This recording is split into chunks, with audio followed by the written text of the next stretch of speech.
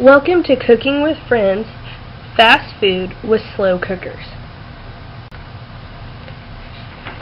Today you're going to be learning about how slow cookers work, some tips for using your slow cooker, how to test your slow cooker for accuracy, and we'll be reviewing some recipes. What is a slow cooker? A slow cooker is a countertop electrical appliance that cooks food slowly at a low temperature, generally between 170 and 280 degrees Fahrenheit. The heat and steam generated by the slow cooker, combined with the long cooking time, make it a safe form of home food preparation. These are often called crock pots, but that is a brand of a slow cooker. Now for the parts of your slow cooker. Most modern-day slow cookers have just a few parts. The food is placed in the removable insert or crock. This removable insert makes cleaning up easier. The glass lid fits on top of the removable insert and can also be easily cleaned. It often sits on the rim of the removable insert. Most slow cookers have 3 settings: warm, low, and high. Some advantages of using slow cookers. Slow cookers can save us money in several ways. First, it actually takes less electricity to use a slow cooker compared to an oven. Second, it doesn't heat up your house like an oven does on those hot summer days. Third, slow cookers are a great way to prepare inexpensive lean cuts of meat. The moist heat generated by the cooker makes these cuts of meat more tender compared to other cooking methods. However, a slow cooker is not limited to just meats. Other food, including soups, casseroles, beverages, and cereals, can also be prepared with a slow cooker. With a little practice, a slow cooker can help prepare more meals at home, which can help save money. Test your slow cooker for accuracy. If your slow cooker has been in your house has been banished to the back of the cabinet for a few years, it may be a good idea to test it for accuracy. The University of Minnesota Extension Service offers the following directions for testing slow cooker accuracy. Fill the slow cooker half to 2/3 full of water. The amount of water you need depends on the size of your slow cooker. Turn the slow cooker onto low and let it heat for 8 hours. Do not lift the lid during this time. Check the water temperature with an accurate food thermometer. Do this quickly since the temperature in the slow cooker drops 10 to 15 degrees once the lid is removed. The temperature of the water should be between 185 and 200 degrees Fahrenheit. If the water temperature is less than 185 degrees, the slow cooker is not safe to use and should be thrown out. If the temperature is over 200 degrees, then it is an indication that food cooked for 8 hours in the slow cooker without any stirring would likely be overdone. Choose your slow cooker recipes carefully. Prepare foods that have high moisture content, such as chili, soup, stews, or spaghetti sauce. If you are using a commercially prepared frozen slow cooker meal, aka meal in a bag, be sure to follow the directions on the package.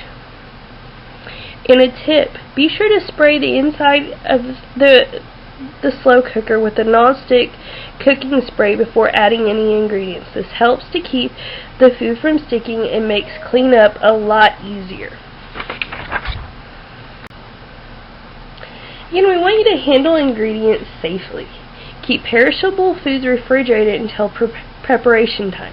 It is okay to cut up meat and vegetables in advance, but they should be stored separately in the refrigerator in covered containers. Because slow cookers can take several hours to reach a temperature hot enough to kill bacteria, constant refrigeration prior to food preparation helps ensure that bacteria, which can multiply quickly at room temperature, don't get a head start during the first few hours of cooking. Again, we never want to place frozen meat or chicken in the slow cooker. You always want to thaw it in the fridge the night before.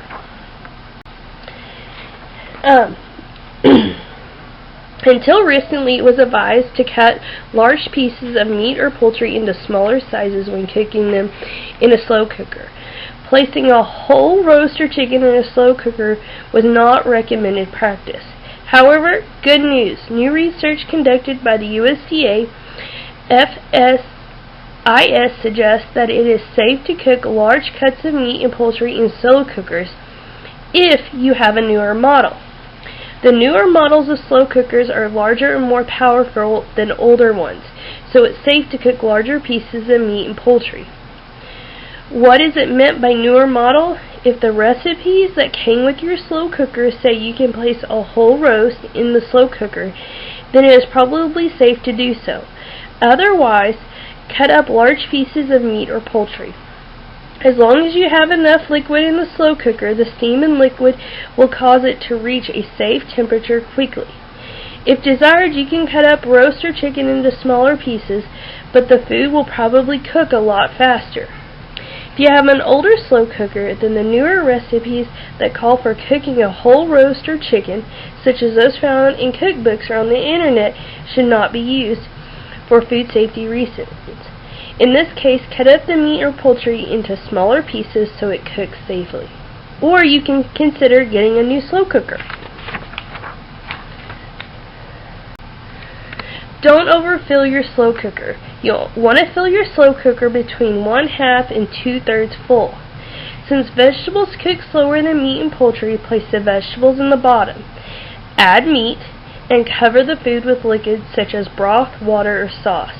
It is important to make sure that the liquid almost covers the ingredients to make sure there is proper heat transfer throughout the crock.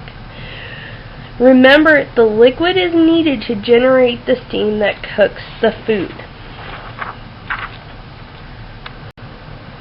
Choosing the right setting. Slow cookers generally have 2 or more settings. The low setting is recommended for all-day cooking or for preparing less tender cuts of meat. If desired, you can get a head start on cooking. Let the slow cooker cook on high for the first hour, then switch to low setting. Again, high setting cooks food within a few hours, and warm, which may not be on all models, only is used to keep foods that are already cooked and hot. Again, during the cooking process, keep the lid on, removing the lid only to serve food or check for doneness. Each time the lid is raised, the internal temperature drops 10 to 15 degrees, and the cooking process is slowed by 20 to 30 minutes.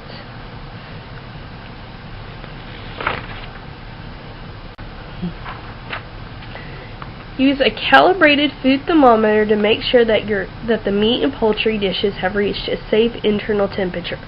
Poultry that is either whole or ground should be 165 degrees Fahrenheit. Ground beef, any type of ground meat, should be 160 degrees Fahrenheit. And beef, pork, and lamb steaks and roast should be 145 degrees. When cooking whole cuts of meat after the minimum safe internal temperature is reached, remove from heat and let stand for 3 minutes before serving. This is part of the cooking process. Now we want to make sure that you handle your leftovers carefully. Do not leave cooked food to cool down in a slow cooker. Eat it right away, or make sure that it is stored in shallow covered containers and refrigerated within 2 hours of cooking. Use a stovetop or microwave oven for reheating leftovers, and make sure that you reheat foods to 165 degrees. If desired, prepared foods can be kept in a slow cooker, but those foods need to be heated first to 165 degrees and then added to a preheated slow cooker. Foods kept in a slow cooker should remain at 140 degrees Fahrenheit or above.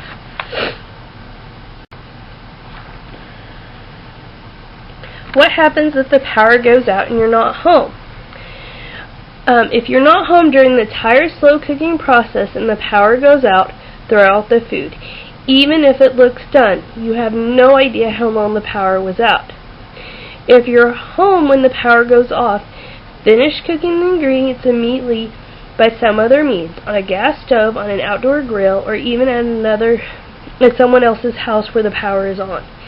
If this is not possible, throw out the food. If you're home when the power goes off, and if the food was already completely cooked, the food should remain safe for up to 2 hours in the cooker with the power off.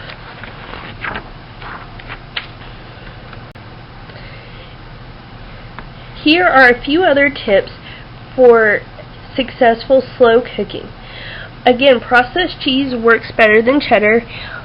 If possible, always brown your meat before placing in the slow cooker, and be sure to drain off any of the fats from ground meat.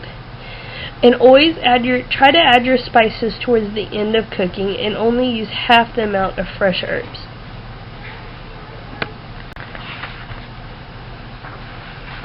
Again, here are some other additional tips to help make your slow cooking a success.